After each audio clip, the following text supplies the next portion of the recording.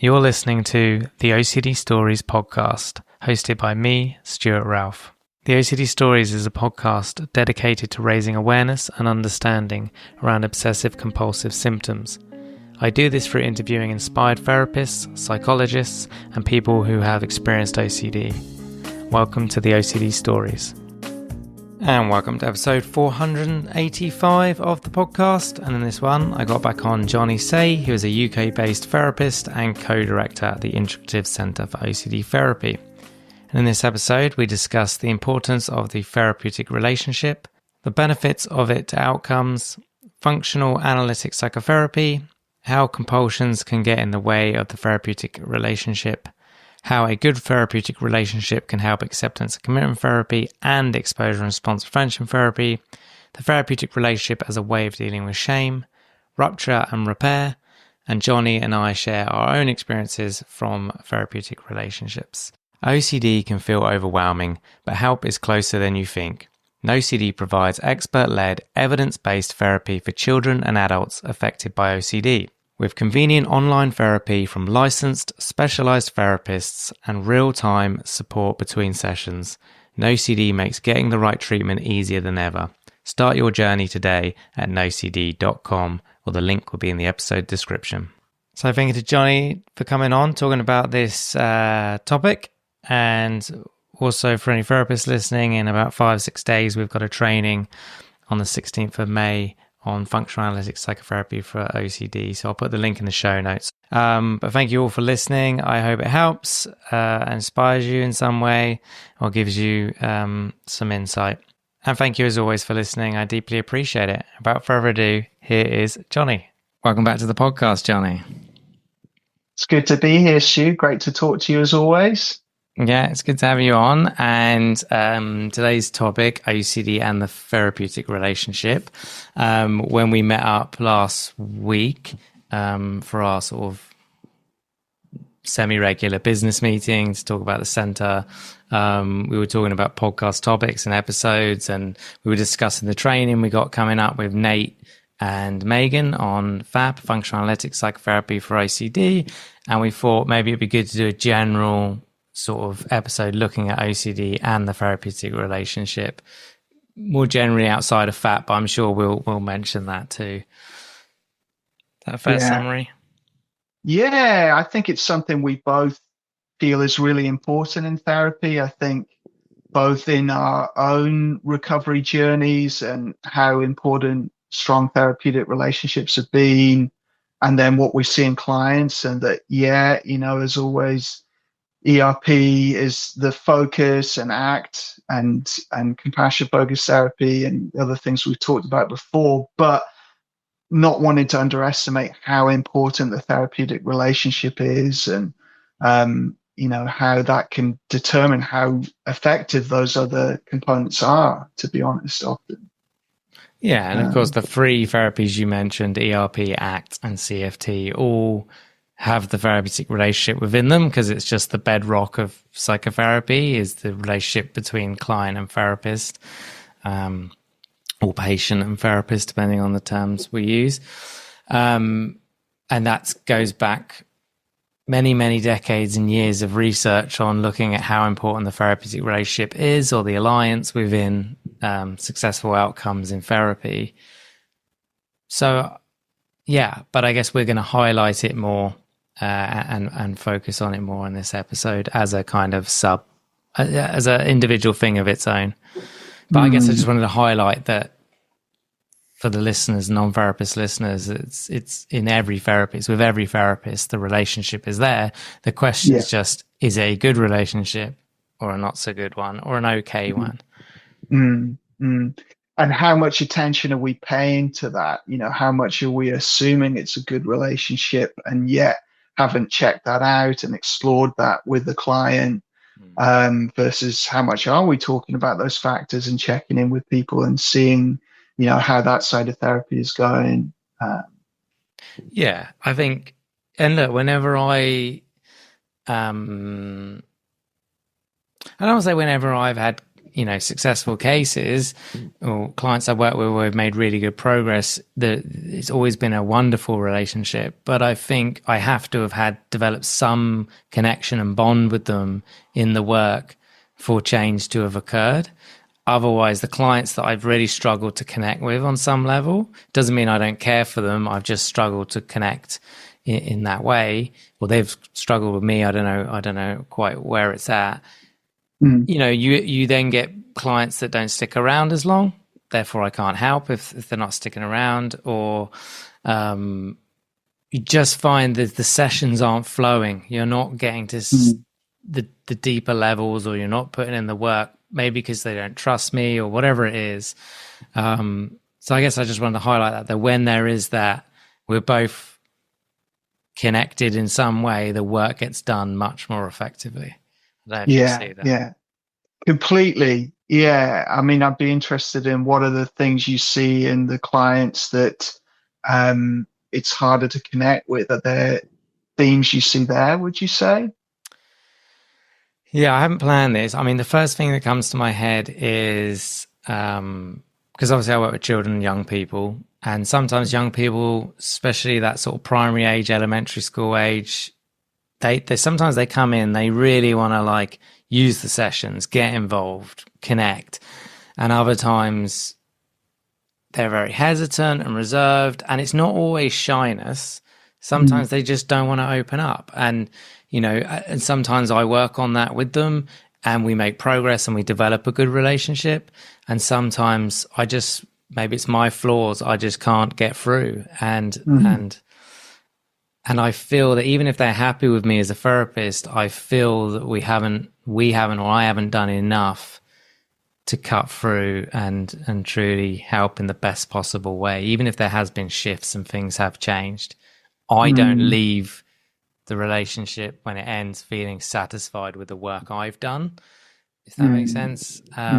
So that's kind of putting it on the client there about, and they may be picking up on me and my character, and maybe they don't like my personality or my jokes or whatever it is.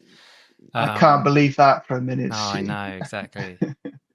But it's true, though, we've got to be humble and honest as clinicians. We're not going to be the right fit for everyone. No, and absolutely. Any therapist that thinks they are, is not really looking at an honest appraisal of their personality and how it lands with everyone.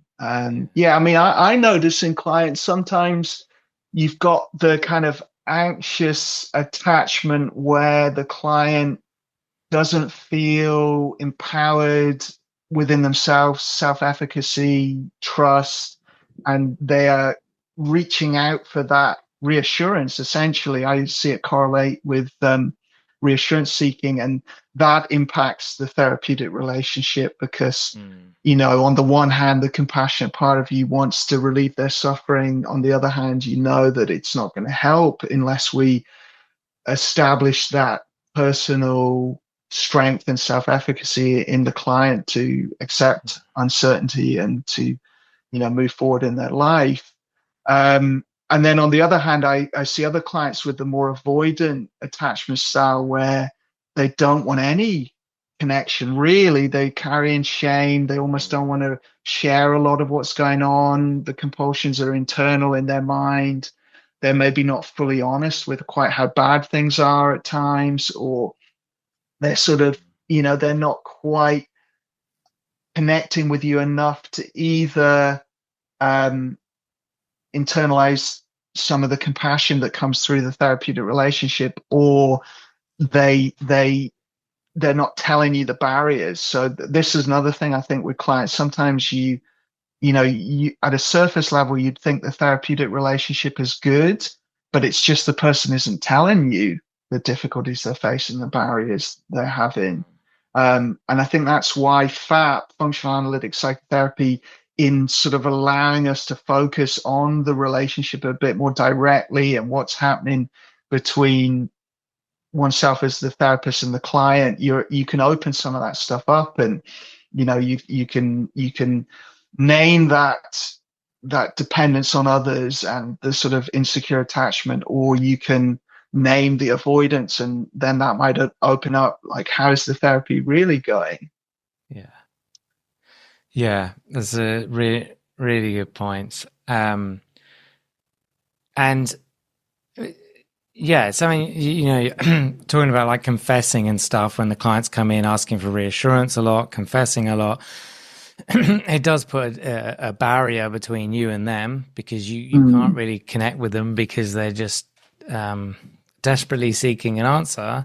And, we've got to wonder that's probably happening in their own life with their partners, their kids, their parents, their whatever.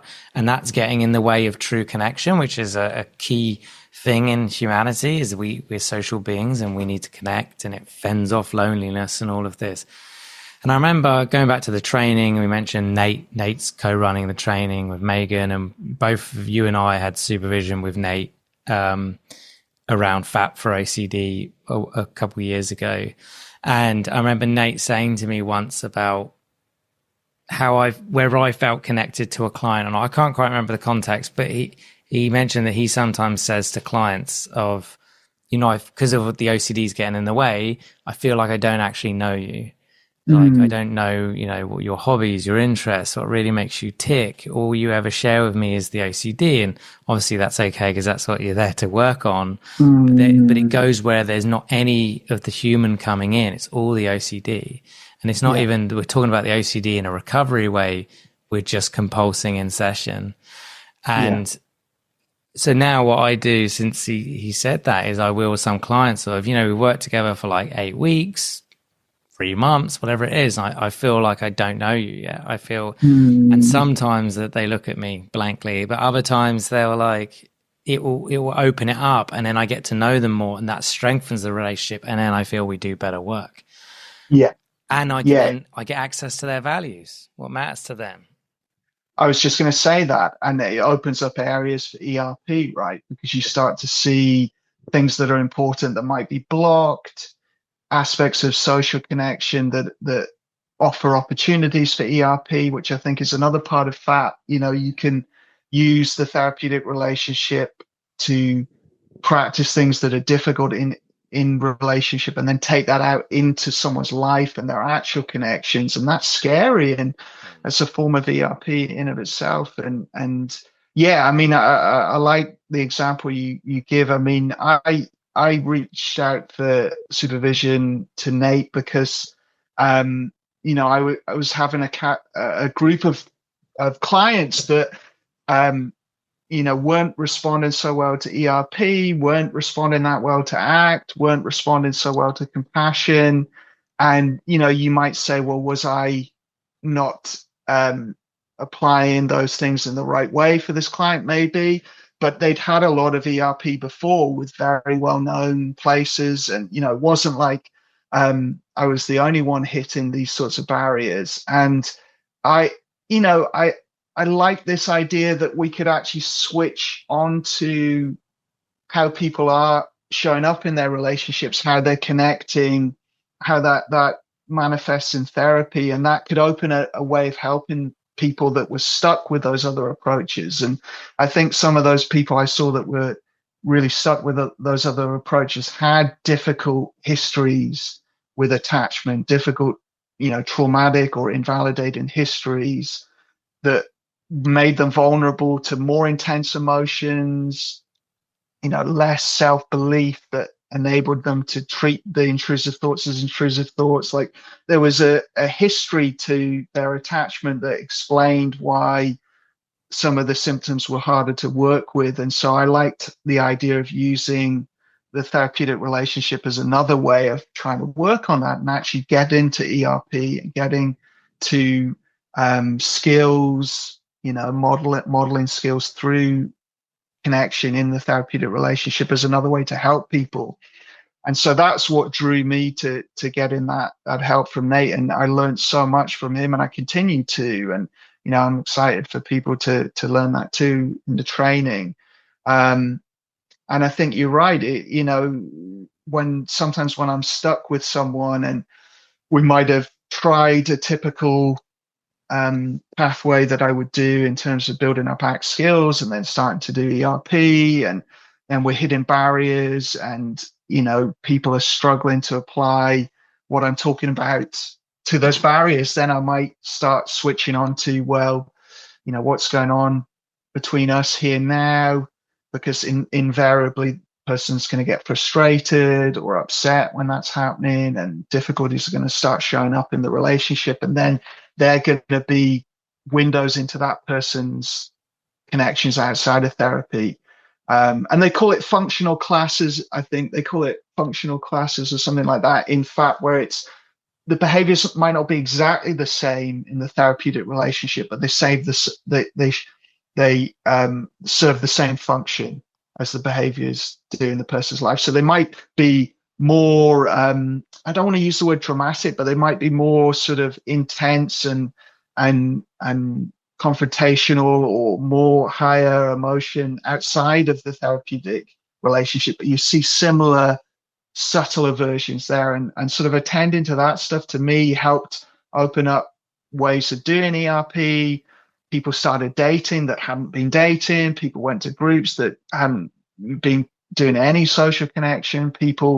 Um, uh, people actually put up boundaries to people that were difficult in their life, that were stressors, and they were being too people pleasing, and being too forgiving of these difficult characters. So I saw some real behavioral impacts of that work. Now, I wouldn't sell it as a miracle. It's not like this is the new miracle way. It's like attending to people's relationships is somehow going to be the magic cure for OCD. But I think it opens up options when people are really stuck on some of the other methods. And because it's so universally powerful to us, I mean, I was looking up the Harvard Study of Adult Development, which is this 86-year running study on, a cohort study of, men whose many have died now, and some are still alive. And the biggest finding of, the predictor of happiness was strong positive relationships. And it is the most, the biggest factor for fulfilling and healthy lives. So it is so universally important to all of us, the nature of our relationships, and OCD is going to block them in different ways. And so switching the focus onto that in therapy, I've found really helpful when I'm stuck with other things. Yeah, that study is really interesting. Yeah, and I guess what else comes to my mind? Oh, I agree. We're not doing this episode to say this is some kind of missing factor. It's just a known important thing in all therapy is you get on with your therapist, you believe your therapist cares about you, you like seeing your therapist, and then obviously you can have all that and the therapist not have a clue in terms of the strategies and tools and interventions for OCD, and you'll have a great time with them.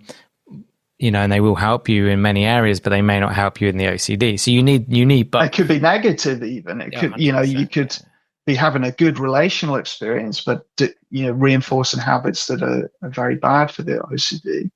Yeah, exactly. And I think I want to add, when I think I've had clients, it's less common, but I feel we've had a really good relationship, but they've used the relationship like I've been the container for their anger. So in session, they'll come and I'm the one who gets it. Now, you could look at that and be like, this client hates you. And I've definitely had that where I've come away thinking, oh my God, this client despises me. And then I speak to their mum and their mum's like, no, they love coming to see you. And I'm like, well, I don't, it doesn't feel like that when I'm in the room. But that's because, negative transference, they're using me as the projection. They're putting all their anger that maybe a parent or someone else. The client I have in mind didn't have OCD, it's something else. But that client, we had a good relationship that he could come in and use that and be angry and aim it at me, and we could work through that. And then I could highlight the anger and explore it, and eventually we worked through it. But that's maybe, there needed to be a good, strong relationship there for him to use it in that way, and then us to highlight what's going on between me and him and work through it, so then he isn't doing that in the rest of his relationships in the world. Yeah, which I really like. It's a very concrete and simple example of functional analytic psychotherapy, but also other relational therapies. And yeah, I mean, I think, the relationship when it's secure, you're right. In some ways, it's kind of obvious, and sometimes it gets overplayed. There's the research on um, common factors, and sometimes people will make the claim that everything is the relationship, where really that finding isn't as simple as it's. I think most therapists will read that research and go, yes, that shows how important the therapeutic relationship is, but it isn't, the only factors we've just said before. But I think with OCD, that secure attachment, validating relationship, number one, it helps people do ERP because, we need to trust, we need to believe and feel the rationale makes sense from the person. And you're not going to get that if you don't feel connected. You have to, you get courage from other people. So if our therapist feels courageous, we're more likely to be courageous. I think Stanley Rachman, who developed, one of the developers of ERP, he studied World War II veterans and what led to courage in that context. And they said a lot, it was feeling connected. I would do these very frightening, scary things if I felt connected to my, my other people in my battalion or whatever.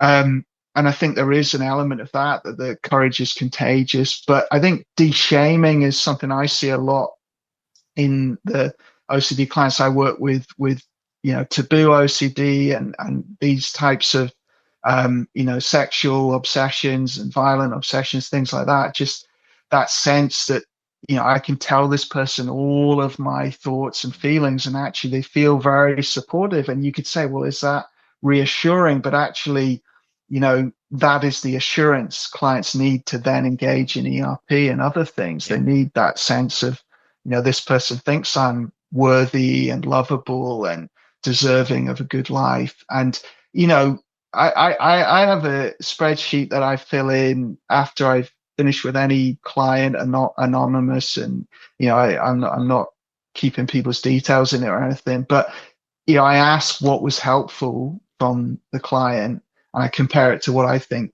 was helpful.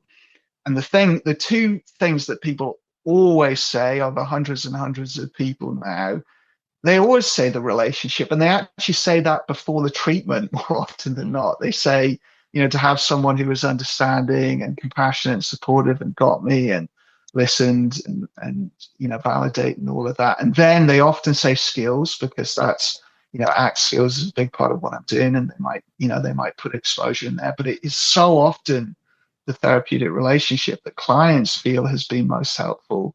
And I think it de-shames, I think it shapes the skills. So if I'm modeling being present, diffused, accepting, not engaging in compulsions, then that kind of is contagious through the relationship. A bit like with your anger client, where you were able to observe their anger and stay with them and be with them, and then that models what they need to do inside with the anger to not let it ruin their relationships. I think self-compassion, I mean, compassion is so shaped by a relationship that is supportive and unconditional in its positive regard, and it's very validating, and that gets internalized over time, and people are sometimes very receptive to that, and sometimes people are very scared and frightened of that secure attachment if they've had trauma and no sense of that in their life. It can feel dangerous to start to trust and rely on someone. So that can be such a healing thing when there's trauma. And then, I think when we talked about this before, you talked about the sort of corrective experiences where that therapeutic relationship can kind of heal some of those attachment wounds. Like, if I was neglected emotionally, it can be hard to be the focus of attention and for someone to really be interested in me and care about me. So that can, if I was shamed and criticized all my life, to be offered compassion and loving support, can correct that. Sometimes it's people have been overly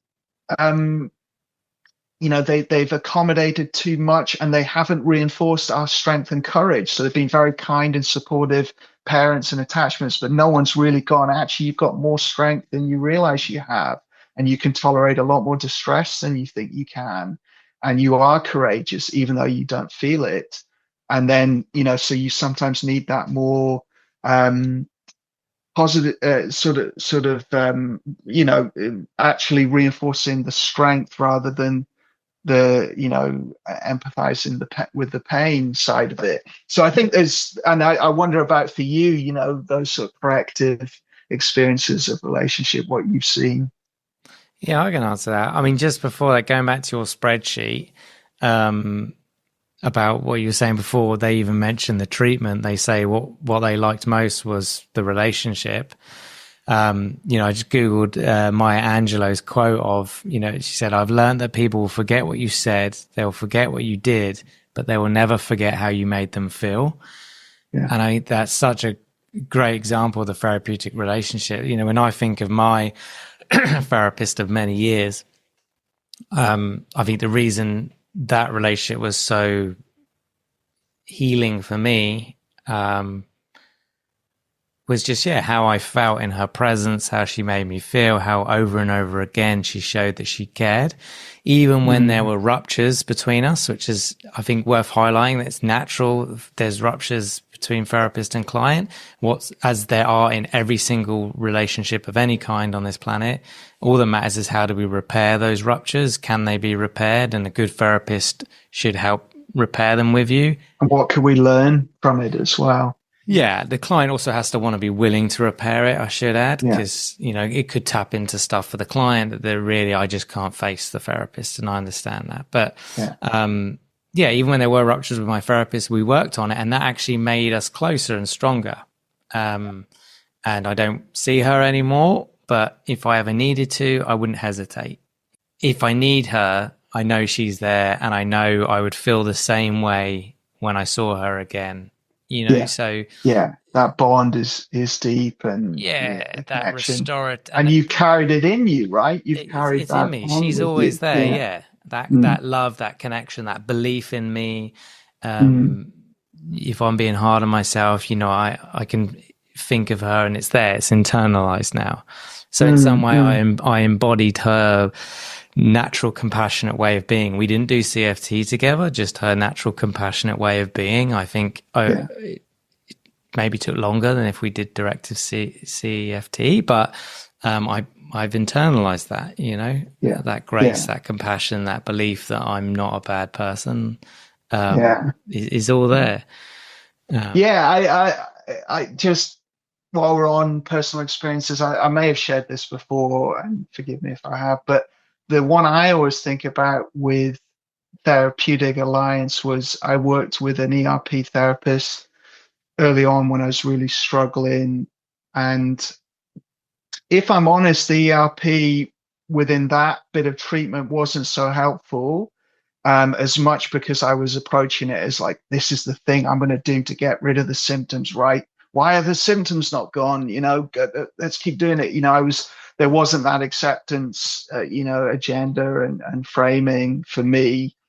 But what did stick with me was, I was really struggling with so much shame. At that point, I was so isolated. And, I read a study that said 76% or something like that of people with OCD will report high levels of loneliness. And I was totally in that place. I was more and more isolated, seeing less and less people. And, really just feeling like no one would want to be friends or connected with me because of what I was experiencing inside.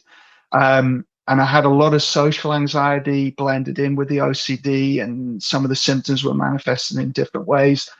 And I had this wonderful therapist who was from Southern Ireland, and had, one of those really gentle, relaxed Southern Irish voices that are quite soothing in of itself.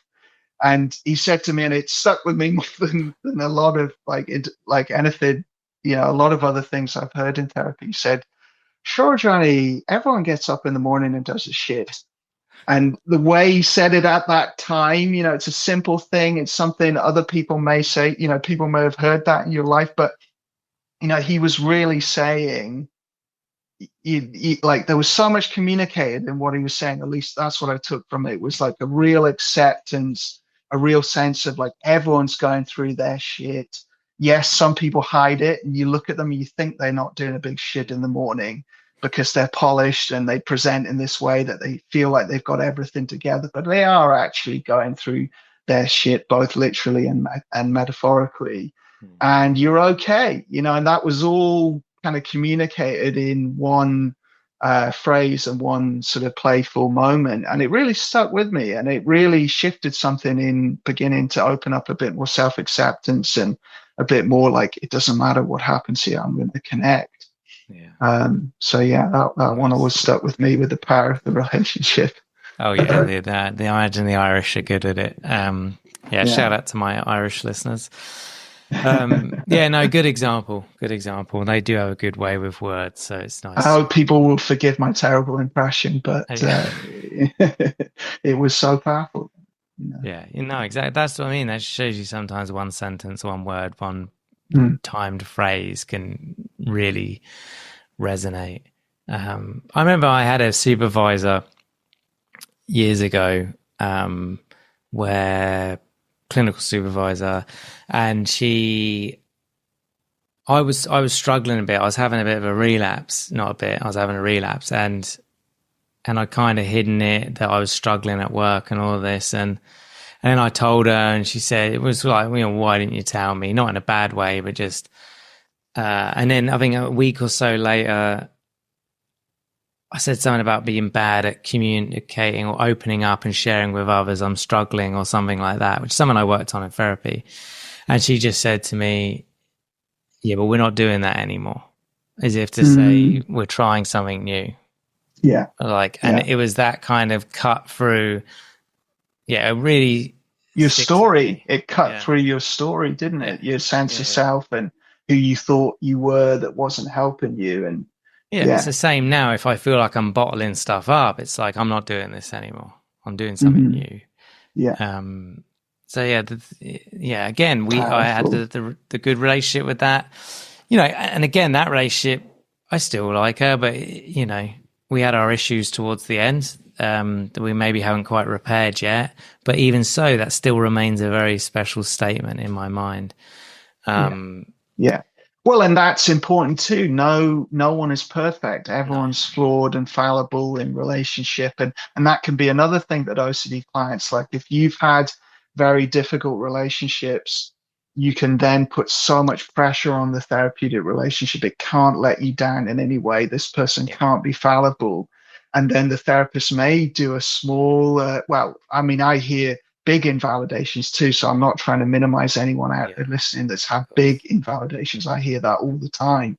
When therapists have been patronizing or invalidating or have been angry at the client for not doing what they're saying, and all kinds of, force them into exposures and all these sorts of things. So I'm not talking about that, but sometimes therapists who really genuinely care about their clients can make mistakes or be fallible. And like you said before, the rupture and repair is the important thing about, for therapy and learning from that. But, what you're saying about your supervisor, we're all flawed humans. None of us have got this perfect. Good enough, the Winnicott's phrase, good enough, is so useful for relationships. Now, it doesn't excuse people who have been abusive and traumatic, and we're not talking about that here, but we're all flawed, and so sometimes that becomes the barrier, I think, a little bit, when the therapist is put on the pedestal and has to be this perfect thing, and when they're not, then everything falls to pieces. Whereas actually, that should be the opportunity to learn and explore something that's supportive for relationships outside of therapy and helps moving forward in recovery. Well, that's it. It's a good point. So and I imagine this is more with adults. I don't see this as much with, I don't really see it at all with kids, but I'm not saying it can't be there. But, if someone has had, various things, whether it was partners, whether it was parents, that yeah, there was a lot of pain relationally there, and then stuff was never repaired or seen or heard. And then the therapist makes one little mistake, and suddenly that little mistake feels huge to the person. It activates that history and all those other, Exactly. yeah. Yeah, but as long as it was a small mistake, in that there is an opportunity to repair and heal and learn a new way of being. Like my supervisor said, learn a new way of being. Yeah. That then that client can take out to the rest of their relationships, and because they might meet someone romantically that is a really great fit for them, is a generally good person, but is human, is gonna make mistakes, Yeah. and they could prevent it being volatile if the person has been able to have this restorative relationship with someone such as a therapist. Yeah. Yeah. Yeah. Definitely. Just looking at my notes. One other thing that comes up to mind with kids of like when the therapeutic relationship doesn't land, sometimes it's because mum or dad or both or caregiver has basically forced them into therapy. You need to go, you need to be there, blah, blah, blah, blah. And sometimes, yeah, they might need to be there and they might need to go. But if they're not willing, they might be polite to me, but they've no interest in working and developing any kind of relationship or connection, and then you're just battling with them, and then sometimes I'll say it's not the right time. I don't want them to have an awful experience of therapy, and when they're finally ready, never want to go because I was a real bad example of a therapist. So that can happen sometimes, and that can happen with adults, and certainly at times when I worked more with the NHS in the past, I would see that a lot because, doctors had sort of pushed people that way, or family members, or other, systemic reasons for going down that pathway. And yeah, it's very tough. But then that's a classic example where the ideas from functional analytic psychotherapy are so helpful because we can directly call out what seems to be happening and talk about it. Different with kids because they may not be ready yet there, but with adults to sort of talk through, is that what's going on? What are the barriers here? And to sort of look at that workability wise, like what will happen if we just come to therapy and I tell you a load of ideas and you sit in your head thinking this is a load of bullshit and why am I here, versus let's build an authentic connection that could be helpful, that's honest, and and maybe that will move us towards the ERP and ACT and other things, or maybe it'll just be a useful relational experience that helps with other relationships in life. Well, that's it. We've talked a lot about that, but yeah, going back to ERP and ACT and whatever else, or even ICBT, I think, having that good therapeutic relationship or alliance, you're more likely, as you said, want to do exposures. You're more likely to, practice ACT skills and, whatever else. Especially with ERP, because you've got someone next to you who has your best interests at heart, that believes in you, that supports you, and you're going to go into battle, so to speak, with someone you care about. Speaking of courage, that war example you gave, versus there's someone next to me, a therapist that I don't like, I'm not connected with, doesn't get me, is impatient, or is whatever it is. Telling me I should just do this thing, and if I don't do it, I'm treatment resistant, or it's my fault, I'm not recovering, or whatever. It's completely different. And then on the other side of it as well, a lot of OCD clients will not tell us what is going wrong for them. They'll have heard how effective these treatments are, and they're good, compliant people who want to do a good job and want to be liked, as I was.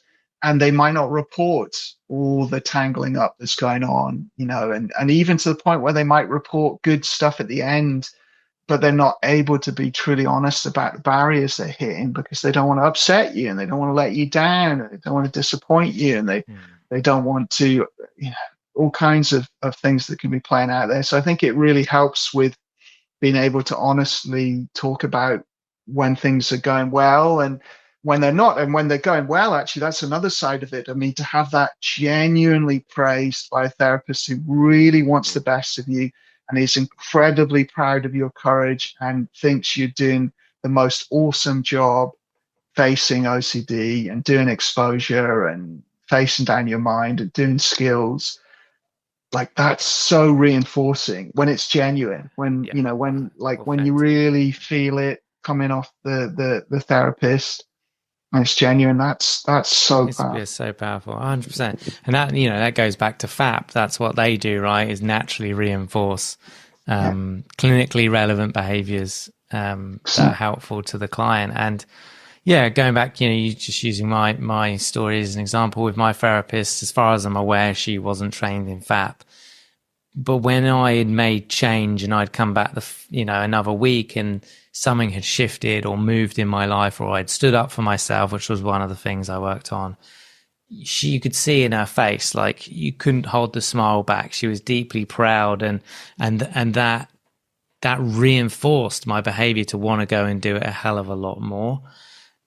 Yeah, And so imagine in the ERP if that's happening. And I try and do that with my clients when they do something that either shocks me that we didn't plan, or even if they see the homework through, I'm generally happy and I'm generally proud of yeah, them and letting yeah, them know yeah, that. And yeah.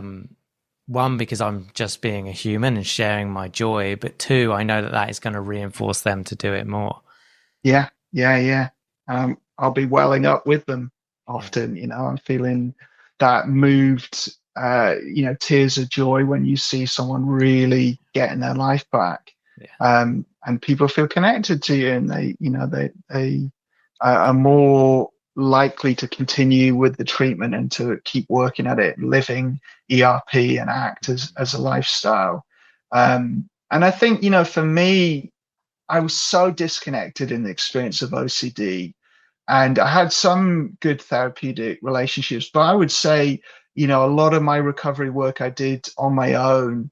And then it was then going back into relationship was the exposure and having to do that. And it's so tough. And to have a therapeutic relationship to talk, I mean, it would have been so helpful for me to be talking through that with someone who got it because people will say simple things like, oh, even hinted at it in this podcast, like, you know, relationships are the thing that make us most happy. And then when you've got OCD and you start trying to connect with people and you can't because your mind's just throwing you intrusive thoughts the whole time, or you're feeling depressed, or you're feeling shame, or like me, my existential OCD would latch onto a relationship and, deconstruct all of it and say, what's the point? And do you really love people? And what is love? And all this sort of stuff. When you've got that going on, and you're trying to do the exposure to connect with people and diffuse from all of that, it's so tough. And to have someone who gets that and you can practice it, you can practice connecting with your therapist and build it up there. And then, like FAP does, take that out into the world. It's such a powerful place to practice that. And I think that would have helped me a lot. I had to sort of get out there, try and reconnect, feel immense pain and suffering, and it didn't feel helpful at all, but commit and trust the process and go for it. And then after a period of months of doing that, yeah, I started to feel awesome and, have joy connecting with people and start laughing again and, having fun and not, my mind wasn't trying to unpick and unravel social connection the whole time. But it's hard to do that. And if you have a therapeutic relationship that helps you reconnect out in the world after the impact of OCD on relationships, I think that's so helpful, in the therapeutic relationship. absolutely. Good way of putting it. I think lastly, I just want to add maybe there's also the risk that we can idolize our therapists as we can Yeah. idolize anyone. And actually, we want to, it's okay to really like my therapist, who I mentioned, I deeply respect, and value. But I don't idolize her. I probably did at one point in my life, but very Mm-hmm. much I humanize her now. And in my mind, that just makes her better because she's just a human that's trying to be caring and doing her best. But It's just real. Like it's she's not a real, a real fantasy. good Yeah. point. Yeah, 100%. Mm. And that's why I think I just want to highlight that. That's why I like ACT, because in ACT, we haven't even said ACT for anyone who doesn't know, acceptance commitment therapy. Should have. Mm-hmm. But Yeah. in ACT, act is for self-disclosure if it's in service of the client. And I think when you share that, you know, the other week this happened to me, and then I used this skill that we're practicing together, and this is how I used it. You're showing that I struggle too. I have emotions too. I'm not perfect. You know, or maybe I got angry when I was driving into work today when I'm working with a client with anger, and I'm using that as an example. And it shatters that. Fantasy. There's some power dynamics that can really be not so helpful and can kid us into we're really helping people we don't even know because of the power dynamic. Yeah, I love that part of ACT and the metaphor of, you know, I'm on my mountain, the client's on their mountain. From where I am, I can see their route better than them. I've got a zoomed out position and I can see, oh, there's some dangerous features up there and they'd be better off. Dangerous, but you know what I mean? Like the route would be better off to the right and curve around. But equally, actually, my client can see my mountain and they potentially could see stuff I'm not doing that is so helpful and workable in my life. And I think people do idolize you. And I always try to push back on that when I hear that. And, you know, if someone puts me on a pedestal saying, oh, you've done this and that, I'll smash it down as quick as I can and say, you know, talk to my wife, you know, this other area I'm struggling in. I mean, I'm proud of my recovery. I mean, I own that I'm proud of what I've achieved, you know, in terms of OCD and where I've got to, but you know, we're all flawed humans. So I'll talk, you know, I'll be honest about what's been helpful, and I'm happy to celebrate, you know, the wins I've had that I'm proud of, but I'll smash down any sense that I'm not a struggling human and having difficulties too. And I think we should all do that as therapists. And that's ACT does that in a beautiful way. Functional analytic psychotherapy does that in a beautiful way. Compassion focused therapy, all these modalities are really in favor of that. And I think, you know, it helps us, as Paul Gilbert, thinking of CFT, would say, to think with our clients, not for our clients. Yeah, I like that. It's so important. Yeah, awesome. Is there anything else you want to bring up on the therapeutic relationship and OCD? I think the therapeutic side, I think we've covered a lot of things. I think there's so much we could say about OCD and relationships, but no, I think we've covered all the sort of key stuff that feels most pertinent in my mind. I'll maybe end with a Yalom quote, because, you know, we both like Irvin Yalom, as many people do. And again, I'm not saying he's got the answer to OCD, but I think he's got a lot of really good ideas about relationships and therapy. And he said the act of revealing oneself fully to another and still being accepted may be the major vehicle of therapeutic help. Which is so true for OCD, right? Like you were saying earlier, you're sharing these horrible thoughts we have and the compulsions we do that can be embarrassing. And for someone to receive that and still like us and care about us is so healing. And also that might be the reason people do the ERP, you know, is that foundation, then, okay, I can go for it. True. I know. Being attacked by my cat. By his tail. Talking about relationships, pets count too, right? There's three. This guy loves me regardless, as long as I keep feeding him. And my dog helped me. You know, my old dog that I had helped me through many a tough time with OCD. So I think relationships with pets are a big source of unconditional positive regard and unconditional love. Yeah, and I've done an episode on OCD and pets not too long ago with Emily Hemmendinger. So anyone interested in that. And ages ago, I did an episode on the therapeutic relationship with Steve Phillipson. I think it was called Just Call Me Steve or something like that. Anyway, I'll put links in the show notes to both of those. But yeah, any therapists listening that want to learn more about FAP, the training is in about 5 days on Friday the 16th. So link in the show notes. Cool. Thank you, Jonny, as always, for coming on, talking about this. Like you said, we could have covered it a lot more. There's tons we missed, no doubt. But I think, it's good occasionally to check in on therapeutic relationships. Yeah, definitely. And appreciate our ongoing relationship as a source of support and all the good stuff we've talked about here today. Good way of learning rupture and repair. Exactly. Thank you for listening to this week's podcast. And thank you to our Patreons who helped make this episode possible. And if you would like to find out more about Patreon and the rewards and benefits, then there will be a link in the episode description. If you enjoy the OCD Stories podcast and would like to support us, please subscribe and rate the show wherever you listen to the podcast. And thank you to NoCD for supporting our work. If you want to find out more about NoCD, you can click the link in the episode description. And quick disclaimer, guys, this podcast is not therapy. It is not a replacement for therapy. Please seek treatment from a trained professional. And until we speak, take care.